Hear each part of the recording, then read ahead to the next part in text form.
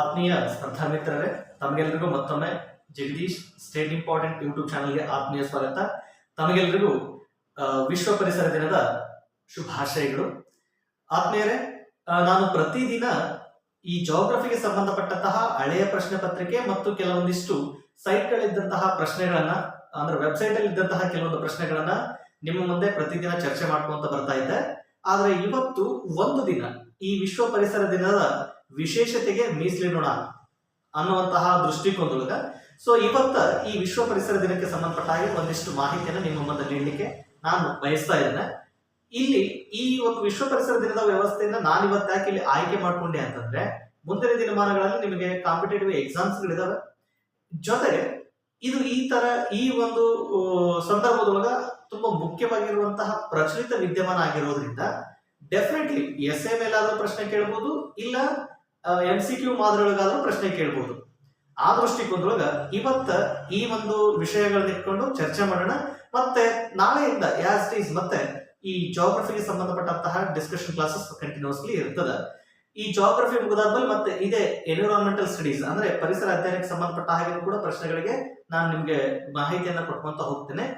ಇವತ್ತು ನಾವು ಯಾವ ವಿಷಯಕ್ಕೆ ಸಂಬಂಧಪಟ್ಟ ಹಾಗೆ ಚರ್ಚೆ ಮಾಡೋಣ ಅಂದ್ರೆ, ವಿಶ್ವ ಪರಿಸರದಿಂದ ಈ ಒಂದು ದಿನಕ್ಕೆ ಸಂಬಂಧಪಟ್ಟ ಹಾಗೆ ಚರ್ಚೆ ಮಾಡೋಣ. ಆದ್ಮೇಲೆ ಯಾರು ಇದುವರೆಗೂ ನನ್ನ ಚಾನೆಲ್ ಅನ್ನ ಸಬ್ಸ್ಕ್ರೈಬ್ ಮಾಡ್ಕೊಂಡಿಲ್ವೋ ದಯವಿಟ್ಟು ಸಬ್ಸ್ಕ್ರೈಬ್ ಮಾಡ್ಕೊಳ್ರಿ. ಪಕ್ಕದಲ್ಲಿ ಬರುವಂತಹ ಬೆಲ್ ಬಟನ್ ಅನ್ನ ಒತ್ತೋದನ್ನ ಮರಿಬೇಡ್ರಿ, ಯಾಕಂದ್ರೆ ನನ್ನ ಪ್ರತಿ ವಿಡಿಯೋದ ನೋಟಿಫಿಕೇಶನ್ ನಿಮಗೆ ತಲುಪೋದಕ್ಕೆ ಸಾಧ್ಯ ಆಗ್ತದೆ. ಇವತ್ತ ಈ ವಿಡಿಯೋಗಳನ್ನ ಮಾಡಿದ ನಂತರ ಆದ್ಮೇಲೆ ಈ ವಿಡಿಯೋದ ಮೇಲೆ ನೀವು ಎಷ್ಟು ವಿಷಯಗಳನ್ನ ತಿಳ್ಕೊಂಡ್ರಿ ಅನ್ನೋದನ್ನ ಮತ್ತೊಂದ್ಸರ್ತಿ ರೀಕಾಲ್ ಮಾಡ್ಕೊಳ್ಳೋದಕ್ಕೆ ನನ್ನದೇ ಆದಂತಹ Telegram channel Jagadish state important ಎನ್ನುವಂತಹ ಟೆಲಿಗ್ರಾಮ್ ಚಾನಲ್ ಅದ. ಅದರ ಲಿಂಕ್ ಅನ್ನ ನಾನು ಡಿಸ್ಕ್ರಿಪ್ಷನ್ ಬಾಕ್ಸ್ ಅಲ್ಲಿ ಕೊಟ್ಟಿರ್ತೀನಿ. ಈ ವಿಡಿಯೋ ಕಂಪ್ಲೀಟ್ ಆದ್ಮೇಲೆ ಈ ವಿಡಿಯೋಗೆ ಸಂಬಂಧಪಟ್ಟಂತಹ ಕೆಲವೊಂದು MCQ ಕ್ವಶನ್ಸ್ ಗಳನ್ನ ಆ ಟೆಲಿಗ್ರಾಮ್ ಚಾನಲ್ ಅಲ್ಲಿ ಹಾಕಿರ್ತೇನೆ. ಅವುಗಳನ್ನ ನೋಡ್ಕೊಂಡು ಈ ವಿಡಿಯೋದ ಮೇಲೆ ನೀವೆಷ್ಟು ತಿಳ್ಕೊಂಡ್ರಿ ಅನ್ನೋದನ್ನ ನೀವು ಪುನಃ ಮನನ ಮಾಡ್ಕೊಳ್ಳಿಕ್ಕೆ ಸಾಧ್ಯ ಆಗುತ್ತೆ. ಇನ್ಯಾಕ್ತರ ಕ್ಲಾಸ್ ಶುರು ಮಾಡೋಣ. ವಿಶ್ವ ಪರಿಸರ ದಿನದ ಈ ದಿನದ ವಿಶೇಷತೆ ಏನು ಅಂತಂದ್ರೆ, ಎಸ್ ಫ್ರೆಂಡ್ಸ್, ನಾವೆಲ್ಲರೂ ಇತ್ತೀಚಿನ ದಿನಮಾನಗಳಲ್ಲಿ ಆಚರಣೆ ಮಾಡ್ಕೊಂಡು ಬರ್ತಾ ಇದ್ದೇವೆ. ಜೂನ್ 5 ನಾವು ವಿಶ್ವ ಪರಿಸರ ದಿನ ಅಂತೇಳಿ ಆಚರಣೆ ಮಾಡ್ಕೊಂಡು ಬರ್ತಾ ಇದ್ದೇವೆ. ಈ ಜೂನ್ 5 ವಿಶ್ವ ಪರಿಸರ ದಿನವನ್ನು ಆಚರಣೆ ಮಾಡ್ಕೊಂಡು ಬರ್ತಾ ಇದೀವಲ್ವಾ. ಈ ವಿಶ್ವ ಪರಿಸರ ದಿನದ ಇಂದಿನ ಆಚರಣೆಯ ಹಿನ್ನೆಲೆ ಏನಾಗಿತ್ತು, ಯಾಕೆ ಇವತ್ತು ಈ ವಿಶ್ವ ಪರಿಸರ ದಿನವನ್ನ ಆಚರಣೆ ಮಾಡುವುದು ಅಗತ್ಯ, ಏನಕ್ಕೆ ಅಂತ ಬಂದಾಗ ಆದ್ಮೇಲೆ ನೀವು ಇಲ್ಲಿ ಗಮನಿಸಿದ್ರೆ ಆಕ್ಚುಲಿ ಈ ವಿಶ್ವ ಪರಿಸರ ದಿನದ ಆಚರಣೆಯನ್ನ ಮಾಡುವಂತಹ ಅಗತ್ಯ ಇವತ್ತು ನಮ್ಮ ಮುಂದೆ ಏನಕ್ಕೆ ಅಂತ ಬಂದಾಗ, ಇವತ್ತು ನಾವೆಲ್ಲ ಗಮನಿಸ್ತಾ ಇದ್ದೀವಿ ಭೂಮಿಯ ಮೇಲೆ ಸಾಕಷ್ಟು ವಿಕೋಪಗಳಿದಾವೆ, ಪ್ರಾಕೃತಿಕ ವಿಕೋಪಗಳಿದಾವೆ, ಹೌದಾ? ಸಾಕಷ್ಟು ಹವಾಮಾನದ ಬದಲಾವಣೆಯ ಪರಿಣಾಮ ವೈಪರೀತ್ಯಗಳನ್ನ ಅನುಭವಿಸ್ತಾ ಇದ್ದೇವೆ. ರೀಸೆಂಟ್ ಆಗಿ ಚಂಡಮಾರುತಗಳನ್ನ ಅನುಭವಿಸಿದೀವಿ, ಉಬ್ಬರ ಹಿಡಿತಗಳ ಪ್ರಖರತೆಯನ್ನು ನಾವು ಅನುಭವಿಸ್ತಾ ಇದ್ದೇವೆ.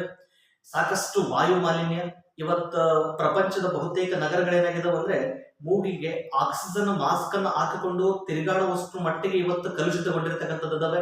ಅಂತಹದ್ರೊಳಗ ನಮ್ಮ ದೇಶದ ರಾಜಧಾನಿ ಆಗಿರುವಂತಹ ದೆಹಲಿನೂ ಕೂಡ ಈ ಒಂದು ಅತ್ಯಂತ ಕಲುಷಿತ ರಾಜಧಾನಿಗಳಲ್ಲಿ ಮೊದಲನೇ ಸ್ಥಾನದಲ್ಲಿದೆ. ಜೊತೆಗೆ ಇವತ್ತು ದೊಡ್ಡ ದೊಡ್ಡ ಸಮುದ್ರದ ಭಾಗದಲ್ಲಿದ್ದಂತಹ ಐಸ್ ಅಂದ್ರೆ ಹಿಮ ಗಡ್ಡೆಗಳು ಏನಾಗ್ತಾ ಇದಾವೆ, ಬೆರುಕುಗೊಂಡು ಒಂದಕ್ಕೊಂದು ಅಪ್ಪಳಿಸ್ಕೊಂಡು ಸಾಕಷ್ಟು ಅನಾಹುತಗಳಿಗೆ ಕಾರಣ ಆಗ್ತಾ ಇದ್ದಾವೆ. ಅಷ್ಟೇ ಅಲ್ಲದೆ ಸಾಕಷ್ಟು ಈ ಹಿಂದಿನ 4-5 ದಶಕಗಳ ಹಿಂದೆ ಇದ್ದಂತಹ ತಾಪಮಾನಕ್ಕೂ ಇವತ್ತಿನ ತಾಪಮಾನಕ್ಕೂ ಹೋಲಿಕೆ ಮಾಡಿದ್ರೆ ಸಾಕಷ್ಟು ವ್ಯತ್ಯಾಸಗಳಿದಾವೆ. ಜೊತೆಗೆ ಸಾಕಷ್ಟು ಬರಗಾಲ ಅನುಭವಿಸ್ತಾ ಇದ್ದೀವಿ, ಇಲ್ಲಪ್ಪ ಅಂದ್ರೆ ಅತಿ ಅನಾವೃಷ್ಟಿಯನ್ನ ಅನುಭವಿಸ್ತಾ ಇದ್ದೇವೆ. ಇವೆಲ್ಲ ಬದಲಾವಣೆಗಳಿಗೆ ಕಾರಣ ಏನು ಅಂತ ಬಂದಾಗ, ಈ ಎಲ್ಲಾ ಬದಲಾವಣೆಗಳಿಗೆ ಕಾರಣಗಳು, ಜೊತೆಗೆ ಅದಕ್ಕೆ ಪರಿಹಾರ, ಅವೆಲ್ಲದರ ಜೊತೆಗೆ ಈ ಪ್ರಪಂಚದ ಸಮುದಾಯದ ಸಹಭಾಗಿತ್ವ ತುಂಬಾ ಮುಖ್ಯ ಅನ್ನುವ ಉದ್ದೇಶಕ್ಕೋಸ್ಕರ ಸರ್ಕಾರ ಏನ್ ಮಾಡ್ತಾ ಇದ್ರು, ವಿಶ್ವಸಂಸ್ಥೆ ಇಲ್ಲೇನ್ ಮಾಡ್ತಾ ಇದೆ, ಸಮುದಾಯದ ಸಹಭಾಗಿತ್ವಕ್ಕೆ ಅವೇರ್ನೆಸ್ ಮೂಡಲಿಕ್ಕೋಸ್ಕರ ಈ ವಿಶ್ವ ಪರಿಸರ ದಿನವನ್ನ ಜೂನ್ 5 ಆಚರಣೆ ಮಾಡ್ಕೊಂಡು ಬರ್ತಾ ಇದೆ. ಎಸ್, ಇಲ್ಲಿ ನಾವು ಒಂದು ಸ್ಪಷ್ಟವಾಗಿ ಗಮನಿಸಬೇಕು, ಭೂಮಿ ಯಾವತ್ತಿಗೂ ತನ್ನನ್ನ ತಾನು ಸಮತೋಲನವನ್ನ ಕಾಯ್ದುಕೊಳ್ತಕ್ಕಂಥದ್ದು. ನೆನಪಲ್ಲಿ, ಭೂಮಿ ಯಾವತ್ತಿಗೂ ತನ್ನ ಸಮತೋಲನವನ್ನ ತಾನು ಯಾವತ್ತಿಗೂ ಕಾಯ್ದುಕೊಳ್ತದ. ಅಂದ್ರೆ ಅರ್ಥ ಏನು? ಈಗ ಒಂದು ಉದಾಹರಣೆ, ಭೂಮಿಯ ಮೇಲೆ ಅತ್ಯಂತ ಎತ್ತರದ ಪ್ರದೇಶ ಎಷ್ಟು ದೊಡ್ಡದಿದೆಯೋ ಅಷ್ಟೇ ಆಳವಾದಂತಹ ಪ್ರದೇಶವನ್ನು ಹೊಂದಿರ್ತದೆ. ಜೊತೆಗೆ ಈ ಹವಾಮಾನ ಅಂತ ಬಂದಾಗ ಬೇಸಿಗೆ ಅವಧಿ ಒಳಗೆ ಎಷ್ಟು ಉಷ್ಣಾಂಶ ಇರ್ತದೋ ಅಷ್ಟೇ ಉಷ್ಣಾಂಶಕ್ಕೆ ತಕ್ಕ ಹಾಗೆ ಮಳೆಯನ್ನ ಸುರಿಸ್ತಾ ಇರ್ತದೆ. ಈ ಮಳೆಗೆ ತಕ್ಕ ಹಾಗೆ ಇಲ್ಲಿ ಏನಾಗಿರ್ತದೆ, ಚಳಿಗಾಲ ಅಲ್ಲಿಯ ವಾತಾವರಣಕ್ಕೆ ತಕ್ಕ ಹಾಗೆ ನಿರ್ಮಾಣಗೊಂಡಿರ್ತದೆ. ಅಂದ್ರೆ ಈ ರೀತಿಯಾಗಿರುವಂತಹ ಈ ಸಮತೋಲನವನ್ನ ಕಾಯ್ದುಕೊಂಡಿರುವಂತಹ ಪರಿಣಾಮ ಭೂಮಿಯ ಮೇಲೆ ಇವತ್ತು ಜೀವಿಗಳು ವಾಸ ಮಾಡಲಿಕ್ಕೆ ಯೋಗ್ಯ ಆಗಿರ್ತಕ್ಕಂಥ. ಆದ್ರೆ ಇವತ್ತು ಅಂದ್ರೆ ಭೂಮಿಯ ಮೇಲೆ ವಾಸವಿರುವ ಎಲ್ಲಾ ಸಕಲ ಜೀವರಾಶಿಗಳಲ್ಲಿಯೂ ಇವತ್ತು ಯಾವುದೇ ರೀತಿಯಾದಂತಹ ಪರಿಸರಕ್ಕೆ ಹಾನಿಯಾಗುವಂತಹ, ಧಕ್ಕೆಯಾಗುವಂತಹ ಕೆಲಸಗಳು ಬೇರೆ ಯಾವುದೇ ಜೀವಿ ಸಮುದಾಯದಿಂದ ಇವತ್ತು ಆಗ್ತಾ ಇಲ್ಲ. ಆದ್ರೆ ಇವತ್ತು ಅತಿ ಹೆಚ್ಚು ಈ ಒಂದು ಪರಿಸರ ವ್ಯವಸ್ಥೆಗೆ ಹಾನಿಯನ್ನು ಉಂಟು ಮಾಡುವಂತಹ ಜೀವ ಸಂಕುಲಗಳಲ್ಲಿ ಪ್ರಥಮ ಸ್ಥಾನ ಅಂತ ದಟ್ ಈಸ್ ಮನುಷ್ಯ. ಈ ಮನುಷ್ಯನ ಪ್ರಕೃತಿಯ ಜೊತೆಗಿನ ನಿರಂತರ ಹೋರಾಟ ಅನ್ನೋದಕ್ಕಿಂತನೂ ಪ್ರಕೃತಿಯ ಮೇಲಿನ ನಿರಂತರ ಒಂದಿಷ್ಟು ದಬ್ಬಾಳಿಕೆ ಜೊತೆಗೆ ಪರಿಸರವನ್ನ ಬಳಕೆ ಮಾಡಿಕೊಳ್ಳುವಂತಹದ್ರಲ್ಲಿ ಮಿತಿ ಇಲ್ಲದೆ ಇರುವಂತಹ ಪರಿಸ್ಥಿತಿ ಇವತ್ತೇನಾಗಿದೆ, ನಾವು ಇವತ್ತು ಅನುಭವಿಸ್ತಾ ಇರುವಂತಹ ಸಾಕಷ್ಟು ವಿಕೋಪಗಳಿಗೆ ಕಾರಣ ಆಗಿರ್ತಕ್ಕಂಥದ್ದು. ಸೊ ಇವೆಲ್ಲವ ಕಾರಣಗಳಾಗ್ಯವಲ್ವಾ, ಇವುಗಳಿಗೆ ಮತ್ತೆ ನಿಯಂತ್ರಣ ಹೇರ್ಬೇಕಲ್ವಾ. ಈಗ ಉದಾಹರಣೆ ಹೇಳಿದೆ, ಉಷ್ಣಾಂಶ ಬೇಸಿಗೆ ಒಳಗೆ ಎಷ್ಟು ತಾಪ ಇರ್ತದೋ ಅಷ್ಟೇ ಪ್ರಮಾಣದೊಳಗೆ ಮಳೆ ಬೀಳ್ತಾ ಇತ್ತು ಅಂತಂದೇಳಿ ಇವತ್ತು ನಾವು ಅನುಭವಿಸ್ತಾ ಇದ್ದೀವಿ. ಸುಮಾರು ಒಂದು 3 ರಿಂದ 4 ವರ್ಷ, ಸುಮಾರು 3 ರಿಂದ 4 ವರ್ಷಗಳ ಕಾಲ ಸತತ ಬರಗಾಲ ಬಿದ್ದ್ಬಿಡ್ತದೆ. ಸತತ ಬರಗಾಲ ಅಂದ್ರೆ 4 ವರ್ಷ ಸತತ ಉಷ್ಣಾಂಶ ಇರೋ ಪರಿಣಾಮ 4 ವರ್ಷದ ನಂತರ ಏನಾಗಿರ್ತದ, ಅಷ್ಟು ಉಷ್ಣಾಂಶಕ್ಕೆ ತಕ್ಕ ಹಾಗೆ ಎಟ್ಟೆ ಟೈಮ್ ಮಳೆ ಬೀಳ್ತದ. ಇಲ್ಲೇನಾಗಿತ್ತು, ಅನಾವೃಷ್ಟಿ ಇತ್ತು. ಅನಾವೃಷ್ಟಿಯ ನಂತರ ಏನಾಗಿರುತ್ತಪ್ಪ ಅಂತಂದ್ರೆ ಅತಿವೃಷ್ಟಿ ನಿರ್ಮಾಣ ಆಗ್ತಾ ಇದೆ. ನೆನಪಿರ್ಲಿ, ಇದಕ್ಕೆ ಕಾರಣ ಏನು, ಭೂಮಿ ಆ ರೀತಿಯಾದಂತಹ ಸಮತೋಲನ ಕಾಯ್ದುಕೊಂಡಿದ್ದು ಇವತ್ತು ಸಮತೋಲನ ಬದಲಾವಣೆಯಾಗಿದೆ. ಸೊ ಅನಾವೃಷ್ಟಿ ಇತ್ತು ಅಂದ್ರೆ ಅಷ್ಟೇ ಪ್ರಮಾಣದ ಅತಿವೃಷ್ಟಿನೂ ಸಂಭವಿಸ್ತಕ್ಕಂಥದ್ದು. ಇದಕ್ಕೆಲ್ಲದಕ್ಕೆ ಕಾರಣ ಅಂತ ಬಂದಾಗ ಏನು, ನಾನು ಇದ್ರೊಳಗ ಇವೆಲ್ಲದಕ್ಕೆ ಕಾರಣ ಅಂದ್ರೆ ಇವತ್ತ ಪರಿಸರವನ್ನ ಮಲಿನಗೊಳಿಸುವಂತಹ ವಿಧಗಳಲ್ಲಿ ಸಾಕಷ್ಟು ವಿಧಗಳಿದಾವೆ. ಅದರ ಪರಿಣಾಮಗಳಲ್ಲಿಯೂ ಕೂಡ ಸಾಕಷ್ಟು ಬೇರೆ ಬೇರೆ ಕಾರಣಗಳಿಂದಲೂ ಕೂಡ ನಾವು ಪರಿಣಾಮಗಳನ್ನ ಅನುಭವಿಸ್ತಾ ಇದ್ದೇವೆ. ಈಗ ಫಾರ್ ಎಕ್ಸಾಂಪಲ್, ಈಗ ಜಾಗತಿಕ ತಾಪಮಾನ ಆಗಿರ್ಬೋದು, ವಾಯು ಮಾಲಿನ್ಯ, ಪರಿಸರ ಮಾಲಿನ್ಯ, ಈ ಜಲ ಮಾಲಿನ್ಯ, ಇತ್ತೀಚಿನ ದಿನಮಾನಗಳಲ್ಲಿ ಮಣ್ಣಿನ ಮಾಲಿನ್ಯನೂ ಕೂಡ ಸೇರ್ಕೊಂಡಿದೆ. ಮಣ್ಣು ಮಾಲಿನ್ಯ ಅನ್ನುವಂತಹದ್ದು ಕೂಡ ಸೇರ್ಕೊಂಡದ. ಜೊತೆಗೆ ಅತಿ ಹೆಚ್ಚು ಪ್ಲಾಸ್ಟಿಕ್ ನ ಬಳಕೆ ಮಾಡೋದ್ರಿಂದಾಗಿ ಏನಾಗ್ತಾ ಇದೆಪ್ಪ ಅಂದ್ರೆ, ಈ ಪ್ಲಾಸ್ಟಿಕ್ ನ ಅತಿ ಹೆಚ್ಚು ಬಳಕೆಯಿಂದಾಗಿಯೂ ಸಹ ಇವತ್ತು ವನ್ಯಜೀವಿಗಳಿಗೆ ತೊಂದರೆ ಆಗುವಂತಹ ಉದಾಹರಣೆಗಳನ್ನು ಕೂಡ ಕಂಡುಕೊಂಡಿದ್ದೇವೆ. ಇವೆಲ್ಲವುದನ್ನ ಒಟ್ಟಾರೆಯಾಗಿ ಸೇರಿಸಿಕೊಂಡಾಗ ಇಲ್ಲೇನಾಗ್ತದ, ಪರಿಸರ ಮಾಲಿನ್ಯ ಅಂತ ಗೋಚರ ಆಗ್ತಕ್ಕಂಥ. ಈ ಎಲ್ಲಾ ಪರಿಸರ ಮಾಲಿನ್ಯದ ಪರಿಣಾಮಗಳು ಏನಾಗ್ತಾ ಇದ್ದಾವೆ, ಆ ಪರಿಣಾಮಗಳ ಇವತ್ತು ಆಗಬಾರ್ದು ಅಂದ್ರೆ ನಾವೇನು ಕ್ರಮ ಕೈಗೊಳ್ಬೇಕು ಅನ್ನೋದಕ್ಕೆ ಒಂದು ಸಣ್ಣ ನಿದರ್ಶನ ಹೇಳ್ತೀನಿ ನಿಮಗೆ. ಈಗ ಫಾರ್ ಎಕ್ಸಾಂಪಲ್ ಫ್ರೆಂಡ್ಸ್, ಇವತ್ತು ಸಾಕಷ್ಟು ಅತಿವೃಷ್ಟಿಗಳು ಸಂಭವಿಸ್ತಾ ಇದಾವೆ, ಅನಾವೃಷ್ಟಿಗಳು ಸಂಭವಿಸ್ತಾ ಇದಾವೆ. ಅಂದ್ರೆ ಜಾಸ್ತಿ ಮಳೆ ಆಗ್ಬಿಡ್ತದೆ, ಇಲ್ಲಪ್ಪ ಅಂದ್ರೆ ಅತಿ ಹೆಚ್ಚು ಉಷ್ಣಾಂಶ ಆಗ್ಬಿಡ್ತದೆ. ಇದಕ್ಕೆ ಅತಿ ಮುಖ್ಯ ಕಾರಣ ಅಂತ ಬಂದಾಗ ನಮ್ಗೆ ಇವತ್ತು ಜಾಗತಿಕ ತಾಪಮಾನವನ್ನ ನಾವು ಬೆಟ್ ಮಾಡಿ ತೋರಿಸ್ತೇವೆ. ಜಾಗತಿಕ ತಾಪಮಾನವನ್ನ ಇವತ್ತು ನಾವು ಬೆಟ್ ಮಾಡಿ ತೋರಿಸ್ತೇವೆ. ಸೊ ಏನಿದು ಜಾಗತಿಕ ತಾಪಮಾನ ಕ್ರಿಯೇಟ್ ಆಗಕ್ಕೆ ಕಾರಣ ಏನು? ಇವತ್ತ ಈ ಪರಿಸರ ದಿನವನ್ನ ಆಚರಣೆ ಮಾಡುವಂತಹ ಉದ್ದೇಶ ಎಂದು ಬಂದಾಗ ಇದು ಒಂದಿಷ್ಟು ಹಿನ್ನೆಲೆ ತಗೊಂಡು ನಾನು ಒಂದೀಟು ಸೂಕ್ತವಾಗಿ ಚರ್ಚೆ ಮಾಡಲಿಕ್ಕೆ ಪ್ರಯತ್ನ ಮಾಡ್ತೇನೆ. ಇವತ್ತು ಈ ಎಲ್ಲ ಪರಿಸರದೊಳಗ ಬದಲಾವಣೆಗೆ ಅತಿ ಮುಖ್ಯ ಕಾರಣ ಅಂತಂದ್ರೆ ಏನು, ಜಾಗತಿಕ ತಾಪಮಾನ ಅಂತಂದೇಳಿ ಬಹುತೇಕ ಜನ ಏನ್ ಮಾಡ್ತಾ ಇದ್ದಾರೆ, ಬೆಟ್ ಮಾಡಿ ತೋರಿಸ್ತಾ ಇದ್ದಾರೆ. ಸರಿ, ಈ ಜಾಗತಿಕ ತಾಪಮಾನಕ್ಕೆ ಕಾರಣ ಏನು? ಜಾಗತಿಕ ತಾಪಮಾನಕ್ಕೆ ಕಾರಣ ಅಂತಂದ್ರೆ ನೋಡ್ರಿ, ಇಲ್ಲಿ ಭೂಮಿಯ ಮೇಲೆ ಹಸಿರು ಮನೆ ಅನಿಲಗಳು ಅಂತ ಬರ್ತವೆ. ಕ್ಲೋರಿನ್, ಫ್ಲೋರಿನ್, ಕಾರ್ಬನ್ ಅನ್ನುವಂತಹ ಕೆಲವೊಂದು ಅನಿಲಗಳು ಬರ್ತವೆ. ಕ್ಲೋರಿನ್ ಆಗಿರ್ಬೋದು ಅಥವಾ ಫ್ಲೋರಿನ್ ಆಗಿರ್ಬೋದು, ಇವೆಲ್ಲಕ್ಕಿಂತ ಮುಖ್ಯವಾಗಿ ಯಾವಪ್ಪ ಅಂತಂದ್ರೆ ಕಾರ್ಬನ್ ಆಗಿರ್ಬೋದು. ಈ ಎಲ್ಲಾ ಅನಿಲಗಳನ್ನ ನಾವು ಹಸಿರು ಮನೆ ಅನಿಲಗಳು ಅಂತ ಕರೀತಾರೆ. ಈ ಹಸಿರು ಮನೆ ಅನಿಲಗಳು, ಅದು ಎಸ್ಪೆಷಲಿ ಕಾರ್ಬನ್ ನ ಅಂಶ ಭೂಮಿ ಮೇಲೆ ಇದ್ರೆ ಒಳ್ಳೆಯದು ಅಥವಾ ಇಲ್ಲದೆ ಇದ್ರೆ ಒಳ್ಳೆಯದು, ಅಥವಾ ಭೂಮಿಯ ಮೇಲೆ ಕಾರ್ಬನ್ ಅಂಶ ಹೆಚ್ಚಿದ್ರೆ ಒಳ್ಳೆಯದು, ಕಡಿಮೆ ಇದ್ರೆ ಒಳ್ಳೆಯದು. ನೆನಪಿರ್ಲಿ, ಕಾರ್ಬನ್ ಅಂಶ ಹೆಚ್ಚು ಇರಬಾರ್ದು, ಕಡಿಮೆ ಇರಬಾರ್ದು, ಬಟ್ ಕಾರ್ಬನ್ ಇರಬೇಕು. ಯಾವ ಪ್ರಮಾಣದಲ್ಲಿ ಇರಬೇಕೋ ಅಷ್ಟು ಮಾತ್ರಕ್ಕೆ ಇರಬೇಕು. ಈ ಕಾರ್ಬನ್ ಅಂಶ ಅಥವಾ ಹಸಿರು ಮನೆ ಅನಿಲಗಳ ಅಂಶಗಳು ಭೂಮಿಗೆ ಏನಕ್ಕೆ ಅಗತ್ಯ ಅಂತ ಬಂದಾಗ, ಒಂದು ವೇಳೆ ಈ ಕಣಗಳು ಇಲ್ಲದೆ ಇದ್ದಿದ್ರೆ ಇವತ್ತು ಭೂಮಿಯ ಮೇಲೆ ಸಕಲ ಜೀವರಾಶಿಗಳು ಬದುಕೋದಕ್ಕೆ ಅವಕಾಶನೇ ಇರ್ತಾ ಇರಲಿಲ್ಲ. ಅದೇ ಸರ್, ಇವತ್ತು ಕಾರ್ಬನ್ ಇಂದ ಸಾಕಷ್ಟು ಪೊಲ್ಯೂಷನ್ ಆಗ್ತಾ ಇದೆ. ಕಾರ್ಬನ್ ಜೀವಿಗಳ ದೇಹವನ್ನ ಸೇರ್ಕೊಂಡಪ್ಪ ಅಂತಂದ್ರೆ ಅವುಗಳು ಸಾಯುವಂತಹ ಪರಿಸ್ಥಿತಿ ಇದೆ. ಅಂತಹ ಸಂದರ್ಭದಲ್ಲಿ ಕಾರ್ಬನ್ ಅಗತ್ಯ ಇವತ್ತು ಜೀವಿಗಳಿಗೆ ಇದೆ ಅಂತಂದೇಳಿ ಹೇಗೆ ಹೇಳ್ತಾ ಇರಿ ಅಂತ ಪ್ರಶ್ನೆ ಮಾಡಿದಾಗ ನೆನಪಿರ್ಲಿ, ಈ ಕಾರ್ಬನ್ ಇರೋ ಪರಿಣಾಮ ಏನಾಗಿದೆ, ಭೂಮಿಯ ಮೇಲೆ ಈ ಜೀವಿಗಳ ವಾಸಯೋಗ್ಯ ತಾಪಮಾನ ಇವತ್ತು ಭೂಮಿ ಮೇಲೆ ನಿರ್ಮಾಣಗೊಂಡಿರ್ತಕ್ಕಂಥ ಜೀವಿಗಳ ವಾಸಯೋಗ್ಯ ತಾಪಮಾನ ಇರಬೇಕಾಗಿತ್ತು ಅಂತಂದ್ರೆ ಅಲ್ಲಿ ಕಾರ್ಬನ್ನ ಕಣಗಳು ಮತ್ತು ಕಾರ್ಬನ್ಗೆ ಸಂಬಂಧಪಟ್ಟಂತ ಅನಿಲಗಳು ಭೂಮಿಯ ಮೇಲೆ ಇರಬೇಕು. ಇವುಗಳ ಕೆಲಸ ಏನು ಅಂತಂದ್ರೆ, ಈಗ ಫಾರ್ ಎಕ್ಸಾಂಪಲ್ ಸೂರ್ಯನಿಂದ ಬರುವಂತಹ ನೇರಳಾತೀತ ಕಿರಣಗಳು ಇವಾಗ ಭೂಮಿಗೆ ರಿಫ್ಲೆಕ್ಟ್ ಆಗಿ ಏನಾಗ್ಬಿಡ್ತಾವೆ ಮತ್ತೆ ವಾಪಸ್ ತಂಪಾಡಿಗೆ ತಾವು ಹೋಗ್ತಾ ಇರ್ತವೆ. ಆದ್ರೆ ಈ ಸೂರ್ಯನ ನೇರಳಾತೀತ ಕಿರಣಗಳು ಭೂಮಿಗೆ ಬಿದ್ದು ಮತ್ತೆ ಹೊರಗೆ ಬರಬೇಕಾದ್ರೆ ಅವು ಅವಯಗಂಪ ಕಿರಣಗಳಾಗಿ ಪರಿಣಾಮ ಕೊಡುತ್ತವೆ. ಈ ಅವಯಗಂಪ ಕಿರಣಗಳನ್ನ ಈ ಕಾರ್ಬನ್ನ ಕಣಗಳು ಏನ್ ಮಾಡ್ತವೆ, ಹಿಡಿದಿಟ್ಕೊಳ್ತವೆ. ಅಥವಾ ಫ್ಲೋರಿನ್ ಕಣಗಳು ಏನ್ ಮಾಡ್ತಾವಪ್ಪ ಅಂದ್ರೆ ಹಿಡಿದಿಟ್ಕೊಳ್ತವೆ. ಈ ಹಸಿರು ಮನ ಅನಿಲಗಳನ್ನ ಕರಿತೀವಿ ನೋಡ್ರಿ, ಆ ಅನಿಲಗಳು ಈ ಸೂರ್ಯನ ಕಿರಣಗಳನ್ನ ತಮ್ಮ ಹಿಡಿದಿಟ್ಕೊಳ್ಳುವ ಪರಿಣಾಮ ಇವು ಹೀಟ್ ಇರ್ತವೆ, ಉಷ್ಣಾಂಶ ಇರ್ತದೆ. ಈ ಕಿರಣಗಳನ್ನ ವಾತಾವರಣದೊಳಗಿರುವಂತಹ ಕಾರ್ಬನ್ನ ಕಣಗಳು ಹಿಡಿದಿಟ್ಕೊಳ್ಳುವ ಪರಿಣಾಮ ವಾತಾವರಣದೊಳಗ ತಾಪಮಾನದ ಅನುಭವ ಉಂಟಾಗ್ತದೆ. ಈ ತಾಪಮಾನ ಇರೋ ಪರಿಣಾಮನೇ ಇವತ್ತು ಜೀವಿಗಳಿಗೆ ವಾಸ ಮಾಡ್ಲಿಕ್ಕೆ ಅನುಕೂಲ ಆಗೋದು, ಜೊತೆಗೆ ಸಸ್ಯಗಳ ಬೆಳವಣಿಗೆಗೂ ಕೂಡ ಕಾರಣ ಆಗ್ತಕ್ಕಂಥದ್ದು. ಇವತ್ತು ಜೀವಿಗಳಿಗೆ ಉಸಿರಾಡೋದಕ್ಕೆ ಅತಿ ಮುಖ್ಯ ಮೂಲ ಅಂತಂದ್ರೆ ಇವತ್ತು ಆಮ್ಲಜನಕ ಇರಬೇಕಾಗಿತ್ತು ಅಂತಂದ್ರೆ ಸಸ್ಯಗಳಿರ್ಬೇಕಾಗಿತ್ತಂದ್ರೆ ಅವುಗಳಿಗೆ ಬದುಕೋದಕ್ಕೆ ತಕ್ಕ ಹಾಗೆ ಕಾರ್ಬನ್ ಇರಬೇಕು. ಜೊತೆಗೆ ಇವತ್ತು ಜೀವಿಗಳಿಗೆ ಭೂಮಿಯ ಮೇಲೆ ವಾಸ ಮಾಡ್ಲಿಕ್ಕೆ ಅಗತ್ಯ ಇರುವಂತಹ ತಾಪಮಾನವೂ ಕೂಡ ಲಭ್ಯ ಇರಬೇಕಾಗಿತ್ತು ಅಂದ್ರೆ ಅಲ್ಲಿ ಕಾರ್ಬನ್ ಇರಬೇಕಾಗಿತ್ತು. ಯಾಕೆಂದ್ರೆ ಅವು ಸೂರ್ಯನ ಕಿರಣಗಳನ್ನ ಹಿಡಿದಿಟ್ಕೊಂಡು ಭೂಮಿಯ ಮೇಲೆ ತಾಪಮಾನವನ್ನ ಕ್ರಿಯೇಟ್ ಮಾಡ್ತಾ ಇತ್ತು. ಇಷ್ಟು ವ್ಯವಸ್ಥಿತವಾದಂತಹ ಸಮತೋಲನ ಭೂಮಿಯ ಮೇಲೆ ನಡೀತಾ ಇರ್ತದೆ. ಆದ್ರೆ ಇವತ್ತಿನ ದಿನಮಾನಗಳಲ್ಲಿ ಏನಾಗ್ತಾ ಇದೆ, ಒಂದು ನಾವು ಇಲ್ಲಿ ಸ್ಪಷ್ಟವಾಗಿ ನೆನಪಿಟ್ಕೋಬೇಕು, ಕಾರ್ಬನ್ನ ಕೆಲಸ ಏನಪ್ಪಾ ಅಂತಂದ್ರೆ, ಕಾರ್ಬನ್ ಏನ್ ಮಾಡ್ತದೆ ಅಂತಂದ್ರೆ ಸೂರ್ಯನ ಕಿರಣಗಳನ್ನ ಹಿಡಿದಿಟ್ಕೊಂಡು ವಾತಾವರಣದೊಳಗೆ ತಾಪಮಾನವನ್ನ ಮಾಡ್ತದೆ, ತಾಪಮಾನವನ್ನ ನಿರ್ಮಿಸಿಕೊಳ್ತಕ್ಕಂಥ ಕೆಲಸವನ್ನ ಮಾಡ್ತದೆ ಅಂತ. ಸರಿ, ಇಷ್ಟು ವ್ಯವಸ್ಥಿತವಾದಂತಹ ಸಮತೋಲನ ಕಾಯ್ದುಕೊಂಡಂತಹ ಭೂಮಿಯೊಳಗೆ ಇವತ್ತೇನು ಬದಲಾವಣೆ ಆಗ್ತಾ ಇದೆ ಅಂತಂದ್ರೆ, ಆದ್ಮೇಲೆ ಇವತ್ತು ಮನುಷ್ಯನ ನಿರಂತರವಾದಂತಹ ಚಟುವಟಿಕೆಗಳು, ಲಾಭಕೋರತನ, ಬಂಡವಾಳಶಾಹಿತನ, ದಿಢೀರ್ನ ಶ್ರೀಮಂತಿಕೆ ಆಗುವಂತಹ ಆಸೆ, ಇವೆಲ್ಲವುಗಳ ಪರಿಣಾಮ ಏನಾಗಿದೆ ಅಂದ್ರೆ ಭೂಮಿಯ ಮೇಲೆ ಅಭಿವೃದ್ಧಿಯ ಹೆಸರಿನ ಮೇಲೆ, ನೆನ್ಪಿಟ್ಕೊಳ್ಳಿ, ಅಭಿವೃದ್ಧಿಯ ಹೆಸರಿನ ಮೇಲೆ ಪರಿಸರವನ್ನ ಅವೈಜ್ಞಾನಿಕವಾಗಿ ಬಳಕೆ ಮಾಡ್ಕೊಳ್ತಾ ಇದ್ದಾನೆ. ಭಾರಿ ಸೂಕ್ತವಾದಂತಹ ಪದ, ನೆನಪಲ್ಲಿ. ಅಭಿವೃದ್ಧಿಯ ಹೆಸರಿನಲ್ಲಿ ಪರಿಸರವನ್ನ ಅವೈಜ್ಞಾನಿಕವಾಗಿ ದುರುಪಯೋಗ ಪಡಿಸ್ಕೊಳ್ತಾ ಇದ್ದಾನೆ. ಫಾರ್ ಎಕ್ಸಾಂಪಲ್, ಇವತ್ತ ಕಾರ್ಖಾನೆಗಳನ್ನು ನಿರ್ಮಾಣ ಮಾಡ್ತಾನೆ. ಕಾರ್ಖಾನೆಗಳು ಅಲ್ಲೇನಾಗ್ತದಪ್ಪ ಅಂದ್ರೆ ಪರಿಸರಕ್ಕೆ ಅಗತ್ಯಕ್ಕಿಂತ ಹೆಚ್ಚು ಕಾರ್ಬನ್ನ ಕೊಡುಗೆಯನ್ನು ನೀಡ್ತಾ ಇದ್ದಾರೆ.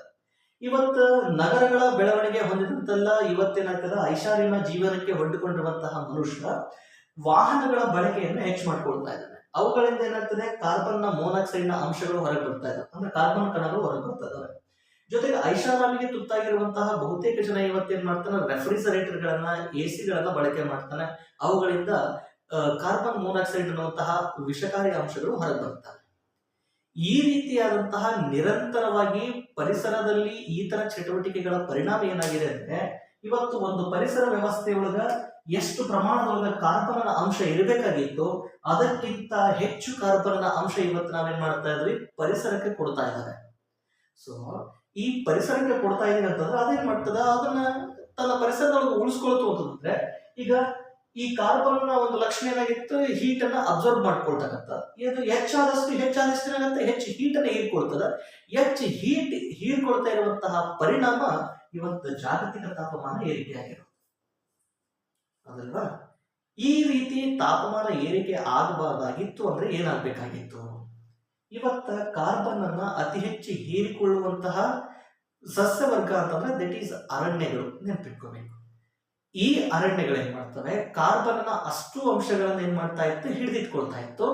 ಆದ್ರೆ ಇವತ್ತು ನಾವೇನ್ ಮಾಡ್ತಾ ಇದ್ದೀವಿ, ಕಾರ್ಬನ್ ಅನ್ನ ಹೈಯೆಸ್ಟ್ ಪ್ರೊಡ್ಯೂಸ್ ಮಾಡ್ತಾ ಇದ್ದೀವಿ, ಇವುಗಳನ್ನ ಹೀರಿಕೊಳ್ಳುವಂತಹ ಅರಣ್ಯ ಪ್ರಮಾಣವನ್ನ ಕಡಿಮೆ ಮಾಡ್ತಾ ಇದ್ದೇವೆ, ಹೌದಲ್ವಾ.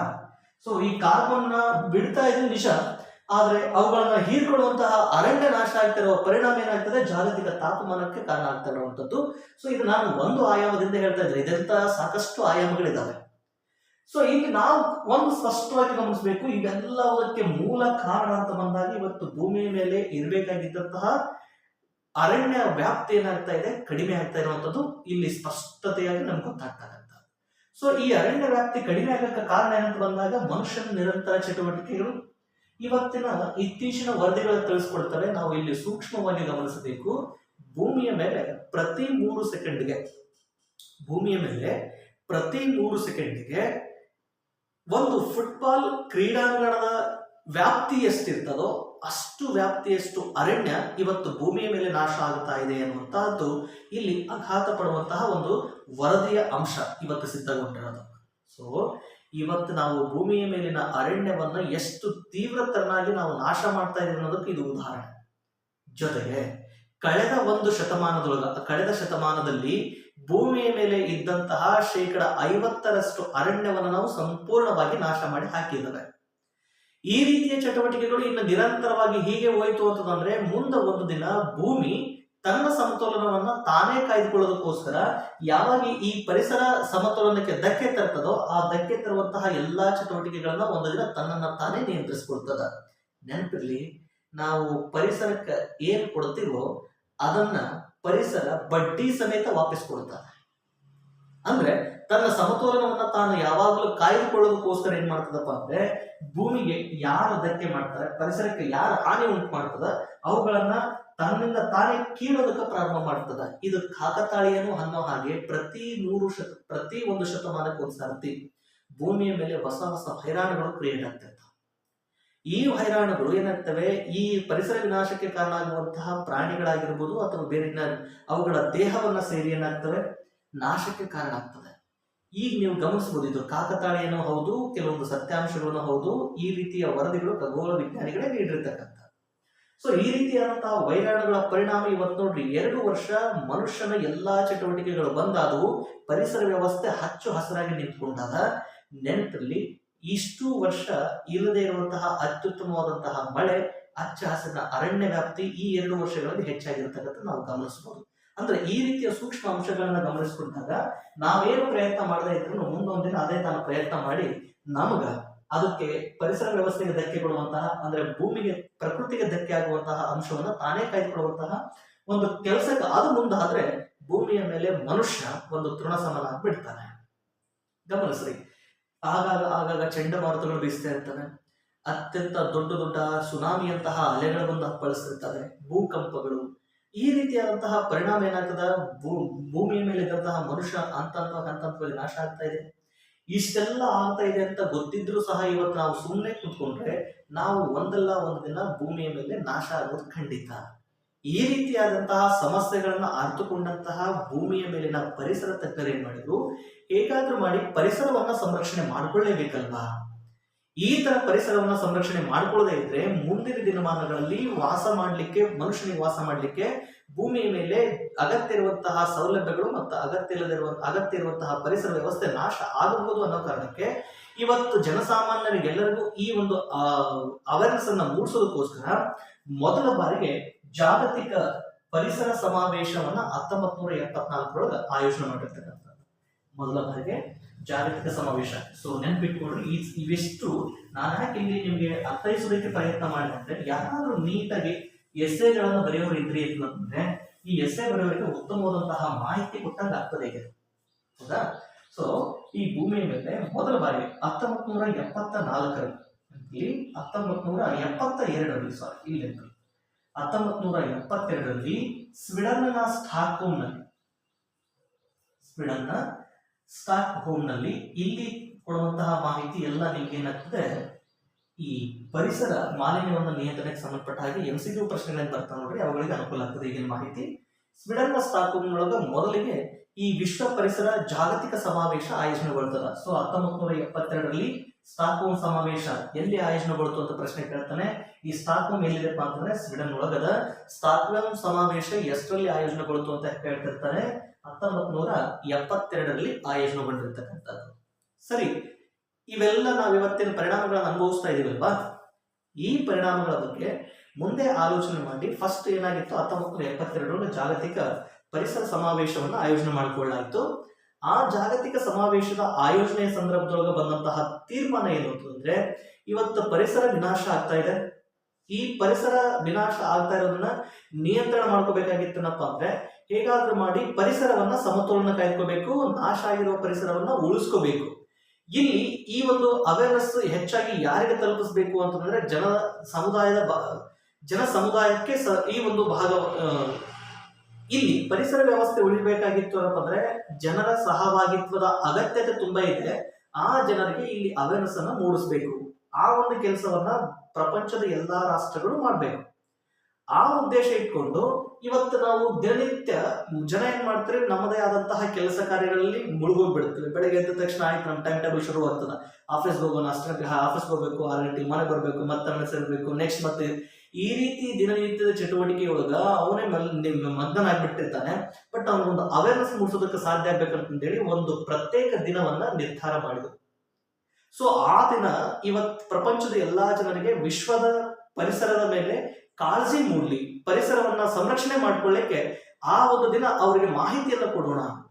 ಜೊತೆಗೆ ಆ ಒಂದು ದಿನದ ಮಾಹಿತಿಯನ್ನ ಇಟ್ಕೊಂಡು ಒಂದು ವರ್ಷದ ಗುರಿಯನ್ನ ಮೊದಲೇ ನಿರ್ಧಾರ ಮಾಡಿ ಆ ಗುರಿಯನ್ನ ತಲುಪೋದಕ್ಕೆ ವರ್ಷವಿಡೀ ಶ್ರಮಿಸೋಣ ಎನ್ನುವ ನಿರ್ಧಾರವನ್ನ ಇಟ್ಕೊಂಡು ಇಲ್ಲಿ ಏನ್ ಮಾಡೋದು, 1972 ಜೂನ್ 5ರಂದು ವಿಶ್ವ ಪರಿಸರ ದಿನವನ್ನಾಗಿ ಆಚರಣೆ ಮಾಡೋಣ ಅಂತಂದೇಳಿ ತೀರ್ಮಾನ ಕೈಗೊಳ್ತಾರೆ. ಸೊ ಈ ವಿಶ್ವ ಪರಿಸರ ದಿನವನ್ನ ಆಚರಣೆ ಮಾಡಬೇಕು ಅಂತಂದೇಳಿ ಜೂನ್ 5 ವಿಶ್ವ ಪರಿಸರ ದಿನವನ್ನಾಗಿ ಆಚರಣೆ ಮಾಡಲಿಕ್ಕೆ ನಿರ್ಧಾರ ಅಥವಾ ಘೋಷಣೆ ಮಾಡಿದ್ದೆ ಯಾವಾಗ ಅಂದ್ರೆ 1972.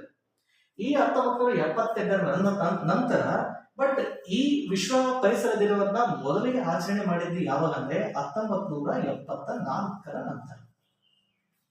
1974 ಜೂನ್ 5ರಂದು ಮೊದಲ ಬಾರಿಗೆ